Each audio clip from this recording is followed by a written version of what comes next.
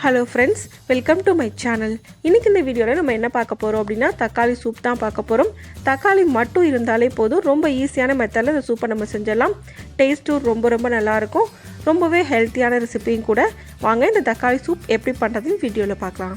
அதுக்கு நான் இன்னைக்கு ஒரு 4 தக்காளி எடுத்துர்க்கேன். அது மூழ்குற அளவுக்கு தண்ணி ஊத்திக்கங்க. நல்ல பழுத்த ரெட் கலர் தக்காளியா பார்த்து எடுத்துக்கங்க. அப்பதான் சூப்போட டேஸ்ட் ரொம்ப நல்லா இருக்கும். இப்போ இதை நல்லா வேக வச்சுக்கலாம். எல்லா பக்கமும் தோல் நல்லா உறிஞ்சி வரணும், அந்த அளவுக்கு இதை நல்லா வேக வச்சுக்கோங்க. தக்காளி குக் ஆகிறதுக்கு ரொம்ப நேரம் ஆகாது, 5 நிமிஷத்துக்குள்ளேயே ரொம்ப நல்லா குக் ஆயிரும். இந்த மாதிரி தோலெல்லாம் நல்லா பிரிஞ்சு வந்ததுக்கப்புறமா இதை எடுத்து நல்லா ஆற வச்சுருங்க. நல்லா ஆறினதுக்கப்புறமா தோலை உரிச்சிட்டு மிக்ஸி ஜாரில் ஆட் பண்ணிக்கோங்க. இதே மாதிரி எல்லா தக்காளி தோலையும் உரிச்சிட்டு மிக்ஸி ஜாரில் ஆட் பண்ணிக்கிறேன்.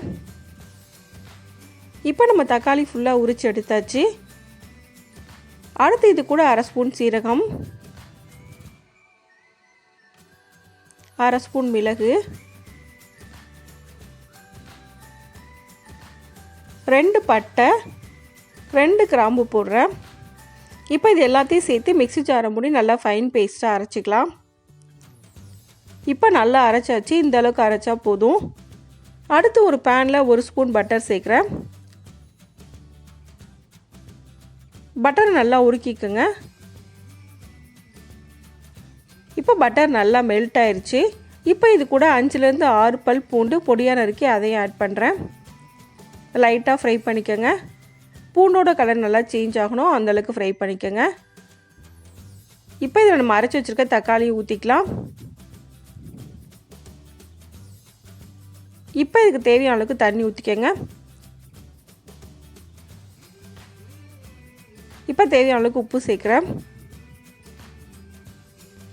இப்போ இது நல்லா குக் பண்ணிக்கலாம்.